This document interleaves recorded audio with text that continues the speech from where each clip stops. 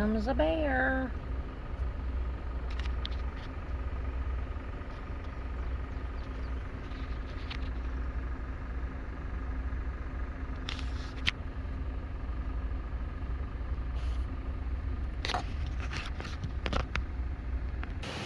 Well, hey! Today is a good day. I am taking my first real solo trip.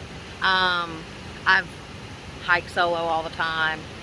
I have camped by myself before, but I came up to Townsend by myself. Billy has to work, and I have a 3-day weekend that I wasn't really expecting. So I made a reservation at the Riverstone campground, and they amazingly had a site left. So if you can see behind me, a lot of people haven't shown up yet, but I'm gonna flip the camera around and I'm gonna back up.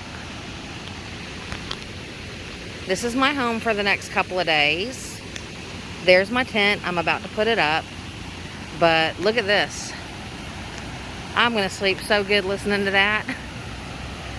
So I will get back with y'all in just a minute when I get the tent put up, and I'll tell you what's on the agenda. All right, I have it set up. I don't have a I don't have a ground cover for this tent. And for the life of me, I can't remember what they're really called. So I had like a little 5x7 tarp that I brought from home, and since I'm in the car, it didn't really matter. I'm not carrying it on my back. So I went ahead and just threw that on the ground. That's what you see. That's the blue thing. It kind of just protects the bottom of the tent, and also if it happens to rain, it's supposed to prevent water from coming into your tent because it'll flow underneath the ground cover. So anyway, we'll see if that works. It possibly could rain tonight. On the trip down here, when I came through Chattanooga, the rain was absolutely torrential, like crazy torrential. There wasn't a place for me to pull over on the side of the road, or I would have done that. The rain was that hard. At one point, I think we were down to like 25-30 miles an hour.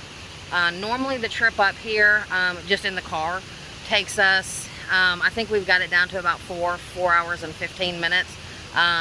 Maybe a little less if I'm driving instead of Billy. But today it took me, I think, 5.5 hours just between the rain. And then we come around and we hit from 75 to 40 to I-40 to come into Maryville. And when I got, before I got onto 40, there was stop traffic. So I sat in that for, I think, 40-45 minutes there. So it took a lot longer just based on traffic and weather. But right now the weather is absolutely beautiful here. I know at home it's like in the mid-90s, and here it's in the upper 70s.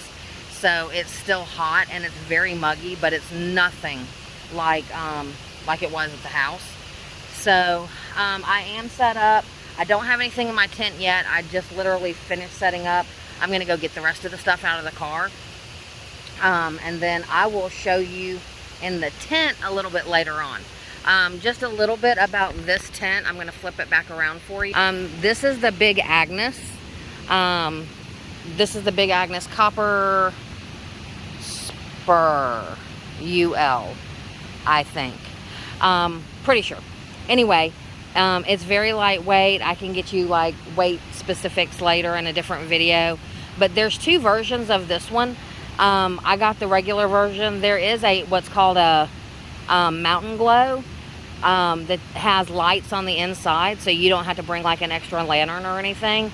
But the weight difference on it was a little bit higher, and since I'm going to be carrying it and every ounce counts when you're carrying everything on your back, I opted for the one without it. I did the really basic setup. So as you can see here, the guidelines, if you see my finger right there, the guidelines, I didn't set any of those up. There really was not a need, because it is staked into the ground. I can't like physically just pick it up right now and walk it somewhere. It wouldn't be hard to do that if I needed to. This is a semi-freestanding tent, which means it does get staked down. But I could pull up all my little stakes and walk it someplace else if I really needed to. So more about the tent here in just a little while. Let me get my stuff thrown in there and I will show you the inside of the tent. I'm in my tent. All right, so it is a small tent. It is considered a two-person tent, but I would not put two people in this tent because I would kill the other person. So anyway, I'm gonna try to show you with sitting in the tent. Kind of, you can see my hand is up against the top part of the tent. I will be able to lay down in here very comfortably. This yellow thing that you see here is my sleeping pad.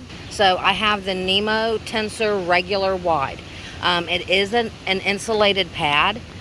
So when it's cooler in the mountains, it's supposed to keep you a little bit warmer. This is one that it's not self-inflating. You can purchase those, but what I have, I did not get the self-inflating, but Billy bought this little inflator. So, you know, it's this thing here. It is, I don't know if you can see it. There you go. So what it is, I'm going to turn it on, and it blows up your pad. So I'm going to pause the video and I'm going to start blowing up the pad, and I will show you. It like takes seconds to blow these things up now. Okay, that literally took like 45 seconds. I'm all blown up here, ready to lay on it. It is still like way daylight. It's only like 3:30, 4 o'clock, so I'm not going to bed yet. I am setting up everything. I brought a towel just to put underneath the pad so it didn't rub. I don't know if that's a thing or not. I'm not going to bring a towel when I do my big hike and all that kind of stuff, but I did just want to, I'm trying different things at this point. Everything I'm doing at this point is just like trial and error. So in your, everything that you get comes with a little stuff sack. When you roll it up, it keeps it all nice and pretty and all together. So in this stuff sack, they also, when you purchase it, sorry about that, didn't mean for the close-up on my mouth. When you purchase it, they give you a little bit of like tape so that if you get a pinhole, you can tape it up so that you don't have to just throw it out. You can repair it. It's just a little repair kit. And this one actually comes with, this is a stuff sack that you actually, it's so crazy. You can blow up, it's called a pump sack. Look how big this thing is. So basically you open it up and you can just puff a little bit of air into it so it inflates like a balloon. And then you roll it down, you hook it up to your pad and you roll it down and it inflates your pad. I'm not going to be carrying that with me. I'm going to opt for the little bit of weight for the manual or the battery operated charger pump thing, whatever you want to call it. So it is rechargeable. It's a USB rechargeable on the bottom. So the same thing that charges up my phone will charge this. Again, I'm going to opt for a little bit of extra weight. This is going to be probably my luxury item so that I don't have to blow up my pad every night. Okay, and just like that, I am set up. I'm going to show you or try from the outside. So I did bring my sleeping bag. No, I don't need it. It is miserably hot here. However, what I decided is it would give me a little bit more padding, I guess, on top of my sleeping pad to be a little bit more comfortable. The gray thing that you see there is a sleeping bag liner. So typically what people will do is they will slide that down into, it's almost like a sheet that is sewn like a sleeping bag, and they will put it inside their sleeping bag, and it helps keep your sleeping bag a little bit cleaner. But what I am going to use it for is I'm just going to use it as a sheet tonight, because I don't think I'm going to need anything major to cover up with. There's my pillow. It is an inflatable pillow, so I can adjust it to the softness that I want. Zip this up, and I am set and ready for camp. So, total setup, I didn't really time myself because I was just doing it slow. And to be very honest with you, this is the very first time I've ever set this tent up. I've had other tents. I've had the Stratus, and I have the Mo Trail. But I've always wanted the Big Agnes, and I got it. And so I had a learning curve setting it up.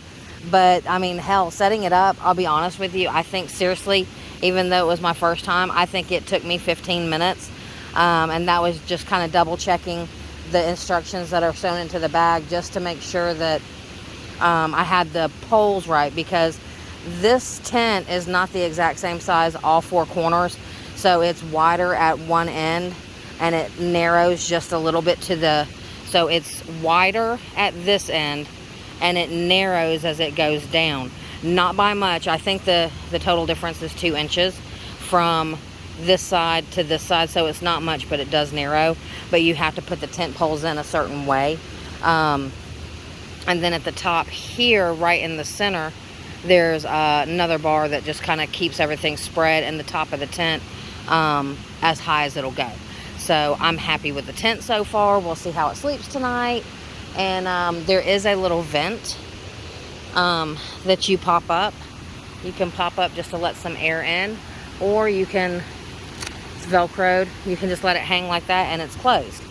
I would like the air, so I am going to pop this up, and there you go.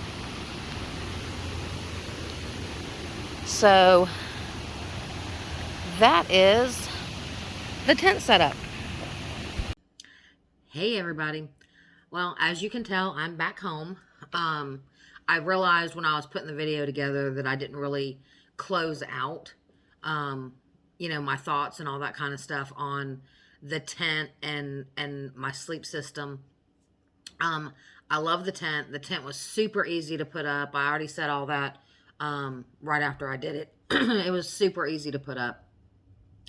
It's the Big Agnes Copper Spur UL. So I'll give you the specs in another video as far as the weight and all that kind of stuff is concerned when I do a video just on the sleep system in the tent. But it's all color coded. It was extremely easy to put up. So with that being said, my sleep pad was wonderful. It was the first time I really used my sleep pad. My granddaughter has used my sleep pad before, but I have not slept on it. So what I did, because it was really, really hot and it was very muggy in Townsend, Tennessee this time when I went. So I didn't really need my sleeping bag. So what I did was I put my sleeping pad down, and then I put my sleeping bag on top of it. And then I put my sleeping pad in my sleeping bag liner and slept on top of it. So that gave me just an extra layer of padding on top of everything. One of the things that I have not liked in the past about the different sleep pads that I have tried is I always feel like I had pressure points when I would lay on my side. I'm a side stomach sleeper. So I always feel like I have pressure points. I didn't feel like I had any pressure points. The pad was thick enough that I don't feel like I was hitting the ground most of the time. The only thing that I didn't really care for is I don't like my pillow very much, but it's an inflatable pillow, and I'm wondering if maybe I made it just a little too stiff. I don't like a really hard pillow.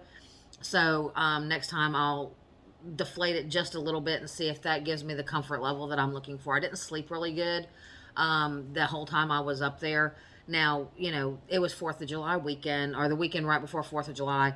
So there was, you know, young folks up there, and they were doing their thing and they were having a great time. So I don't know if I just kind of was awake because I kept hearing them most of the night, or if it was because I was camping by myself, or I just didn't sleep well. So, you know, that's going to be a gauge that I'm going to have to make when I'm out multiple times, and what else do I need to do. So overall, the trip was really well.